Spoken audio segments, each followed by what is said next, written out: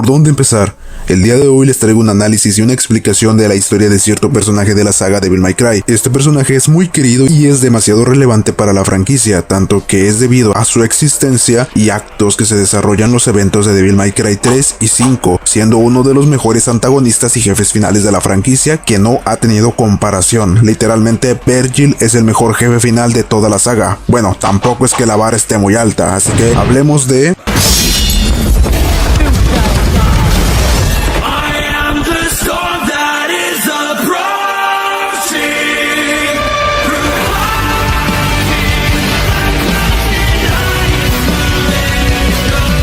El Señor Tormenta, el Corrompemonjas o como tú lo quieras llamar, es uno de los personajes más importantes y con mayor relevancia dentro de la franquicia y con un lore extenso y una historia brutal, la cual analizaremos el día de hoy. Y también, por si solo jugaste las 5 entregas y no sabes mucho de este personaje, aquí te lo vengo a contar, porque sí, Vergil no se sabe mucho de él, ni sus motivaciones, ni el por qué hace lo que hace, llegando a pasar por un villano genérico que solo quiere más poder, pero los juegos no nos explican esta rivalidad u odio que siente hacia Dante o el por qué su obsesión con el poder hasta el punto de provocar los eventos de Devil May Cry 5 y pues esto no nos los cuentan los juegos, sino que es por otras obras externas como el manga de Vision of V o Código Dante y Vergil, así que sí, este video tendrá spoilers. La primera vez que vemos a Vergil es en el Devil May Cry 1 en forma de Nelo Angelo, pero este juego se sitúa después de los eventos de Devil May Cry 3, por lo tanto la primera aparición de Vergil según la historia es en el manga Código Dante, donde Vergil se reencuentra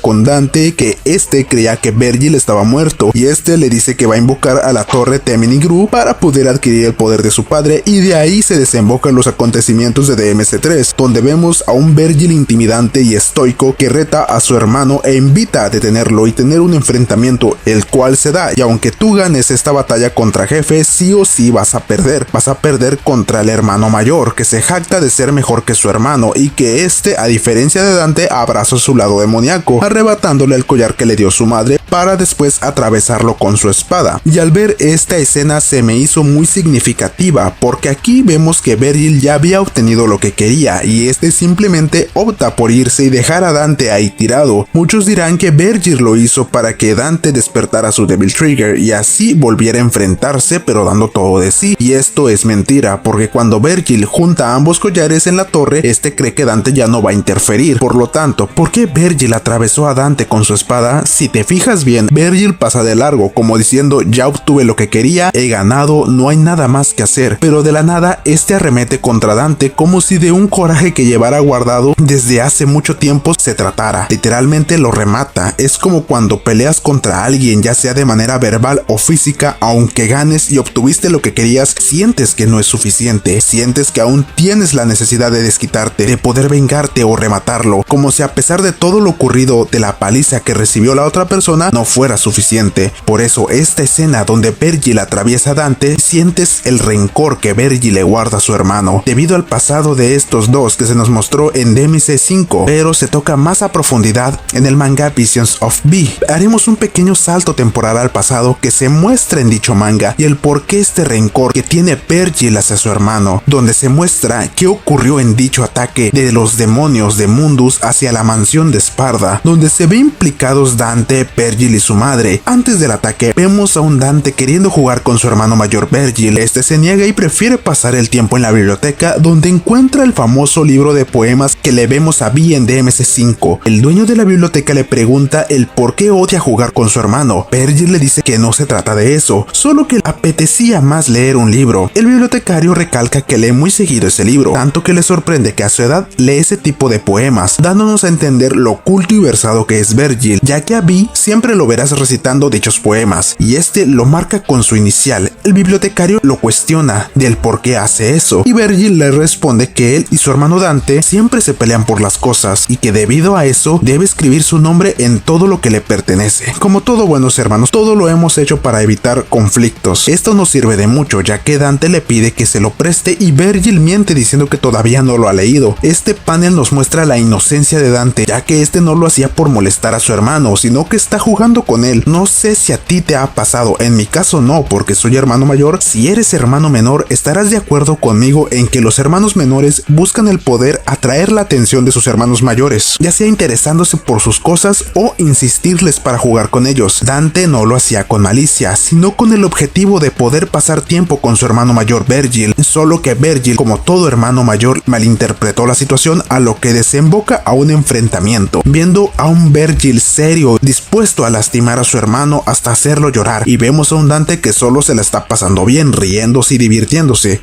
¿Por qué?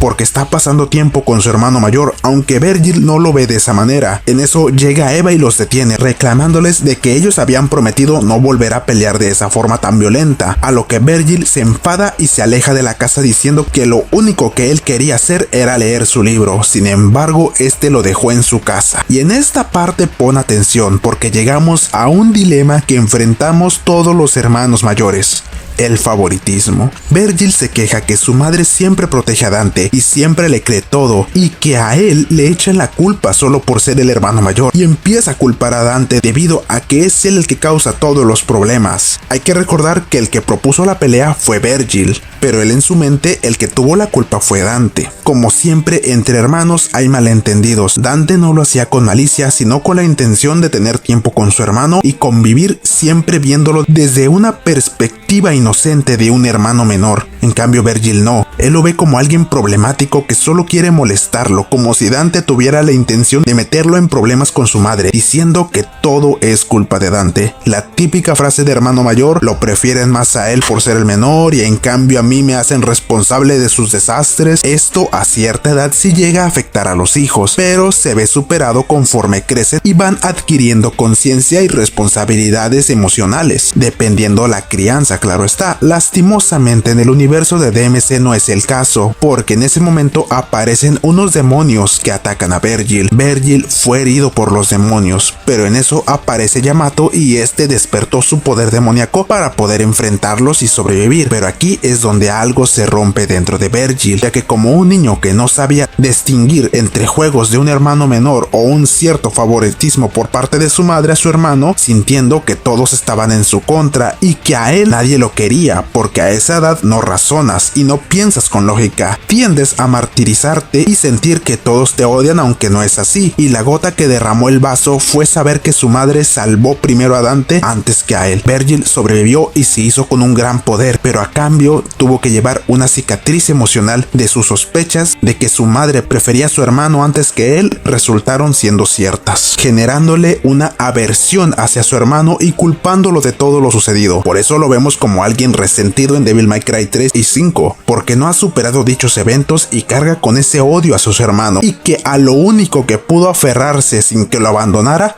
fue el poder que le dio Yamato para no ser herido. Vergil cargaría con el pesar de no haber sido salvado por su madre y que ésta prefiera a Dante antes que a él, aunque sabemos que no es verdad, porque después de salvar a Dante, Eva fue a buscar a Vergil, solo que Vergil no lo sabe. Aún así, Vergil no odia a su madre, odia a Dante porque su madre lo prefería a él. Esto claro está en la lógica de Vergil, ya que hasta DMC5 lamenta el no haber tenido el poder suficiente para poder salvar a su madre en aquella invasión demoníaca. Es por eso que deriva su obsesión por adquirir más poder sin importar las consecuencias. Vergil no odia a la humanidad, odia a su hermano, odia ser débil. Él creía que al ser más fuerte nada podría lastimarlo y así poder compensar aquel vacío emocional que dejó el abandono de su madre, que recalco, ella no lo abandonó, ya que fue a buscarlo, solo que por desgracia esta fue asesinada por los demonios de Mundus antes de poder encontrar a Vergil, y Vergil lo vio como que su madre lo abandonó con el objetivo de salvar a Dante. Ahora avancemos un poco en la historia, ya que Vergil, después de dichos eventos y en busca de volverse más fuerte, lo llevó a la Isla Fortuna, lugar donde adoraban a su padre Sparda, y también donde se tiene la teoría de que ahí fue engendrado Nero. Sí, fue con una monja o una mujer de la vida galante, eso no se aclara y no se nos ha dicho nada al respecto. ¿Quieres divertirte un rato, chaparrito? Claro que sí, claro que no. Pero para mí que fue con una monja. Y de paso fue algo así como de que, oye, mija, ¿sabes quién es mi papi? Mi papi es Esparda, güey. O sea, es dueño de todo este congal. ¿Qué tal si nos echamos un polvito, mija? O sea, yo siento que fue así. O sea, lo digo de broma, pero igual yo siento que pudo haber pasado eso. Virgil era un mi rey, güey. Él decía, ¿sabes quién es mi papi, güey? Por desgracia, Virgil no obtuvo mucha información de Sanctus, por lo que se tuvo que retirar de Fortuna, y después de eso conoce a Arkham en la biblioteca, que le revela la información para hacerse con el poder de Esparda, y ahí desembocan los acontecimientos de DMC3, donde Virgil quiere hacer alarde y gala de su poder contra su hermano, ya que Virgil no le bastaba con obtener el poder de Esparda. Este quería demostrar que aún sin dicho poder era superior a Dante, porque fácilmente Virgil pudo haber acabado con Dante en su local y quitarle el collar e irse, pero no fue así, y darle a entender a Dante que Virgil es superior en varios aspectos y que este no merecía ser salvado. Dirán, ¿por qué? Si te fijan, nos enfrentamos en 3 ocasiones a Virgil. Para el inicio del juego, Virgil está potenciado al 100%. Tenía todas sus técnicas con Yamato y su magia. Tenía el Devil Trigger, literal. Virgil al inicio del juego está rotísimo. Pero si te fijas en el primer enfrentamiento, Virgil no usa estas técnicas que usa en su segundo enfrentamiento. O sea, no me refiero a utilizar a Beowulf porque no lo tenía en ese entonces. Pero Virgil tiene técnicas con Yamato y con las espaditas, no me acuerdo cómo se llama la habilidad, que es como magia, que lanza espaditas, que estas habilidades no las usa en su primera pelea. Es más, a comparación, el primer enfrentamiento se siente como que Virgil se está conteniendo, como dándole a entender a Dante que es superior y que no vale la pena que use todo su poder. Y Virgil tenía esa espinita de saber si era más poderoso que Dante y si la diferencia de poder era algo de casi nada o era una diferencia abismal. Como resultado de este combate, pues resulta que la diferencia es enorme. El ego y la autoestima y el orgullo de Virgil se eleva a niveles estratosféricos, comprobando que es superior a su hermano menor en todos los aspectos, haciendo mofa de que fue algo fácil para él rematar a Dante clavándole a Rebellion. Después sigue la traición de Virgil a Arkham porque Virgil no confía en él, creyendo que tiene lazos emocionales que lo hacen dudar y ser débil, por lo que Virgil decide deshacerse de él. Y aquí es donde se da el segundo enfrentamiento, donde Virgil, al ver que Dante sobrevivió y ahora tiene su Devil Trigger, decide pelear primero sin tomarlo en serio, pero ya después de que Dante baje cierta cantidad de vida, como el 40-60% de vida a Virgil, es cuando Virgil se pone serio y activa su Devil Trigger, haciendo uso de todo su poder. Al terminar el combate tampoco ganas, queda en un empate, donde se ve a un Virgil frustrado porque Dante lo está igualando en el combate, y para acabarla de joder, Lady interfiere. Aquí vemos a un Virgil que se da cuenta que la diferencia de poder de Dante pudo igualarla al poder de Virgil en muy poco tiempo, decepcionándolo, viendo que la diferencia entre estos dos no era tan abismal y que sí o sí Virgil debe conseguir el poder de Esparda para dejar atrás a su hermano. Este combate marcará un antes y un después al descenso a la locura de Virgil, porque da inicio a lo que a mí me gusta llamar la caída de Virgil, ya que Dante y Virgil están igualados en poder. Lady interfiere, no hay ganador, ambos están cansados. Es cuando aparece Jester, o mejor conocido como Arkham, y revela sus verdaderos planes. Aquí Virgil se siente ofendido de que un humano recién convertido en demonio, y más uno de clase baja, haya logrado engañar al primogénito de Esparda. Bueno, son gemelos, no sabría si se puede llamar primogénito o sea, ustedes corríjanme en los comentarios. Y que Virgil esté tan débil que no pueda hacerle frente, pues sí le hiere el orgullo. Arkham usó bien sus cartas para hacerse con el control de la T-Minigru, también para llegar antes que Virgil para obtener dicho poder. Aquí no se muestra ni se dice, pero analizando dicha cinemática, Virgil parece tener una regresión, ya que se está volviendo a repetir aquel momento para él, el momento donde no fue lo suficientemente fuerte para defender a su querida madre, y que está recordando lo débil que es al ver cómo le están quitando lo único a lo que pudo aferrarse de niño, el poder. Ver cómo le quitan la oportunidad de ser más fuerte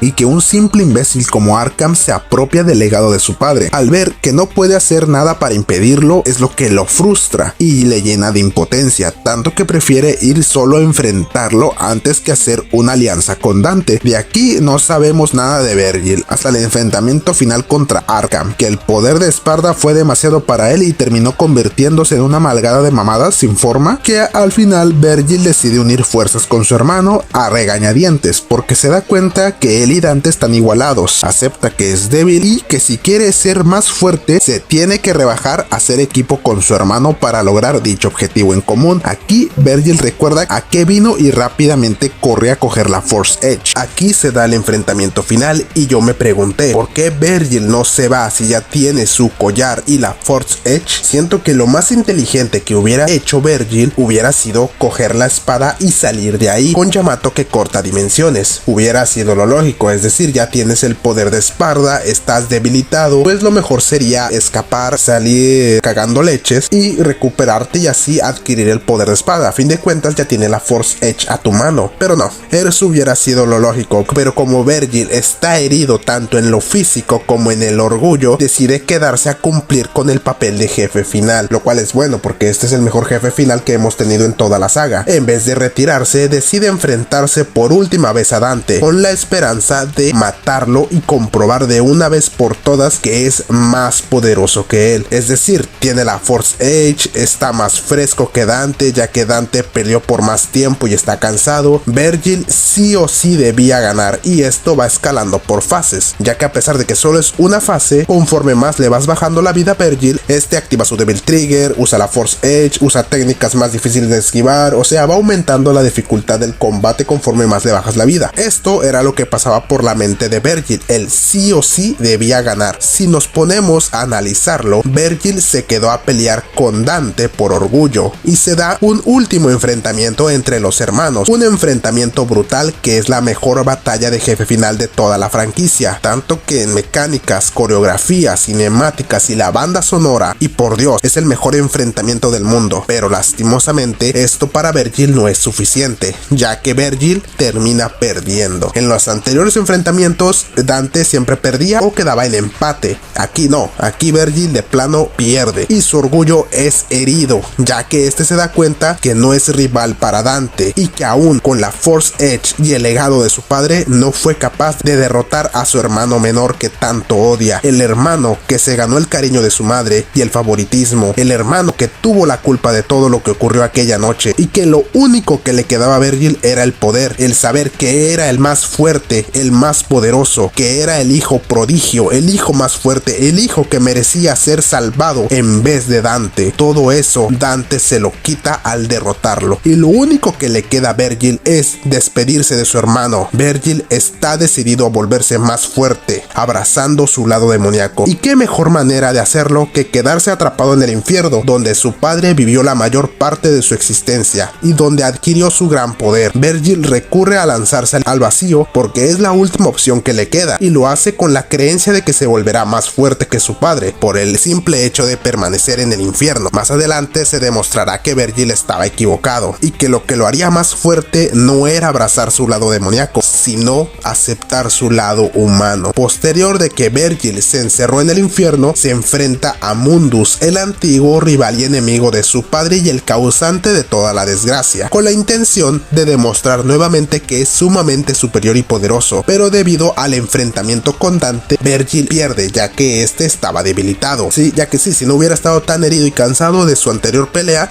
hubiera posibilidad de ganarle a Mundus, y aquí comienza la caída de Vergil. Vergil es torturado por Mundus y es víctima de burlas de este, ya que es el hijo de Sparda. Este es convertido en un esclavo, en una persona carente de voluntad, siendo tratado como una marioneta. Aquí es donde conocemos a Nelo Angelo. Después de ciertos eventos y el anime y el CD drama, comienzan los eventos de Devil May Cry 1, que es la primera aparición de Vergil. No hay mucha interacción con dicho personaje, ya que este se limita a los 3 enfrentamientos que tenemos con este y a un flashback de Dante, en el cual analizaremos. Después de vencer a Nelo Angelo, como es de costumbre en todos los enfrentamientos con Vergil, aunque lo termines venciendo, Dante no gana dicho combate. De hecho, pierde contra Nelo Angelo y no es cuando el collar poder que le dio su madre se asoma y Nelo Angelo lo ve, es cuando deja en paz a Dante. Nelo Angelo se tiltea o se choquea o enloquece abandonando a Dante. ¿Por qué sucede esto? Muchos dirán que se trata de Vergil recordando el pasado y que no puede herir a su hermano por el cariño que le tiene. Bueno, no todos, ya que la primera vez que se jugó este juego nadie sabía qué tipo de relación llevaba Dante y Vergil, así que la primera vez que se jugó esto y vieron esta actitud de Nelo Angelo, pensaron que Vergil era algo así como un buen hermano que recordó a su hermanito y no quiere hacerle daño. Bueno, no, porque hasta ese punto no se sabía que Nelo Angelo era el hermano de Dante hasta el tercer combate, que se nos muestra el diálogo de quién es Nelo Angelo, pero una vez acabas el juego tendía a formular sus propias teorías. Pero si jugaste primero el Devil May Cry 3, como fue mi caso, sabrás que el motivo por el cual Nelo Angelo dejó de atacar a Dante, que es uno completamente diferente. Sí, Nelo Angelo recordó su pasado al ver el collar de Dante, pero de una forma negativa, ya que recordó los eventos de Devil May Cry 3, donde quería hacer gala de su inmenso poder y demostrarle a su hermano menor que es mejor en todos los aspectos, y donde al final terminó perdiendo y se convirtió en lo que más odia, un títere de Mundus. Imagina esta situación que todos los hermanos mayores hemos pasado. El hermano menor a veces nos opaca que es mejor haciendo algo. Algunos tenemos esa idea de que por ser el hermano mayor debemos ser el ejemplo a seguir y que debemos ser mejores en todo o mejores que sus hermanos, solo por el simple hecho de que somos mayores. Algunos se estresan o viven con este estigma aspirando a algo que no pueden. Todos somos diferentes, pero habrá gente que se lo tome a pecho el hecho de que su hermano menor, no sé, gane más,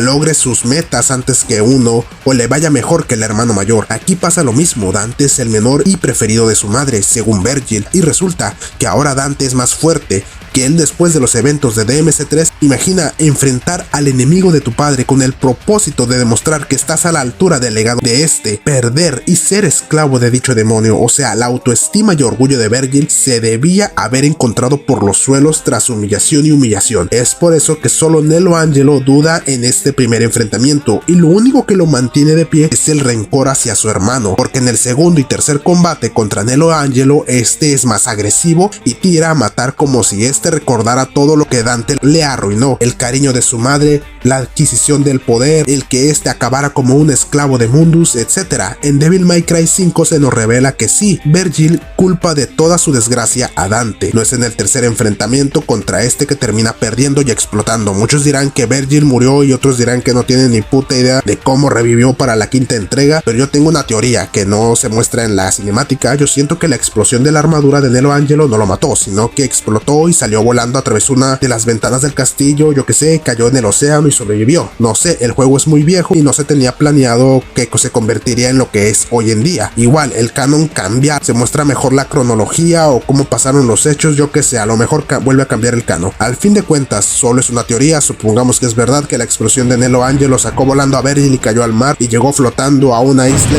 y al despertar se sintió humillado de acumular derrota tras derrota, se hizo una tónica fachera, como en el Dark Souls 2, empezó a buscar a Yamato, y Yamato ¿dónde quedó? Bueno, esa historia es para otro video porque está medio complejo y se compone de más teorías y especulaciones. Solo dejémoslos que un hechicero lo hizo y ahora le tiene dinero porque sepa la madre. Después de ciertos años, no sé cuáles, no me pregunten, no estoy muy versado en eso, Vergil con su túnica de pordiosero fachera busca a Yamato y se la arrebata a Nero. Cabe aclarar, Vergil no sabía que era su hijo o tan siquiera que había tenido un hijo. Este sintió la presencia de Yamato, a lo que lo llevó hacia donde estaba Nero para poder arrebatársela. Por lo tanto, he de suponer que Vergil pensó que Nero era igual a Arkham, un tipo random que se hizo con objetos demoníacos para obtener algo de poder, y que por eso tenía a Yamato en su brazo demoníaco, como una especie de ritual demoníaco que ya hemos visto en anteriores entregas. Esto solo es especulación, bien puedo estar equivocado, pero eso explicaría la forma tan brusca y desmedida con la cual Vergil le arrebata el brazo a Nero. La primera vez que vemos actuar a Vergil de manera tan agresiva contra alguien es contra Arkham, ya que este odia a los que intentan igualar su poder de una forma tan rastrera como robar objetos o realizar sacrificios demoníacos. Después de arrebatarle el brazo a Nero y utilizar el poder de Yamato para viajar entre dimensiones, Vergil llega a donde empezó todo, en donde este se quebró emocionalmente al ser abandonado por su madre, el lugar donde despertó sus poderes demoníacos. Analizando esta cinemática, Vi nos cuenta su origen y que en realidad él es la parte humana de Vergil, y que Yamato tiene la habilidad de separar realidades. Por lógica, debería separar el lado humano de Vergil junto con su lado demoníaco. Aquí,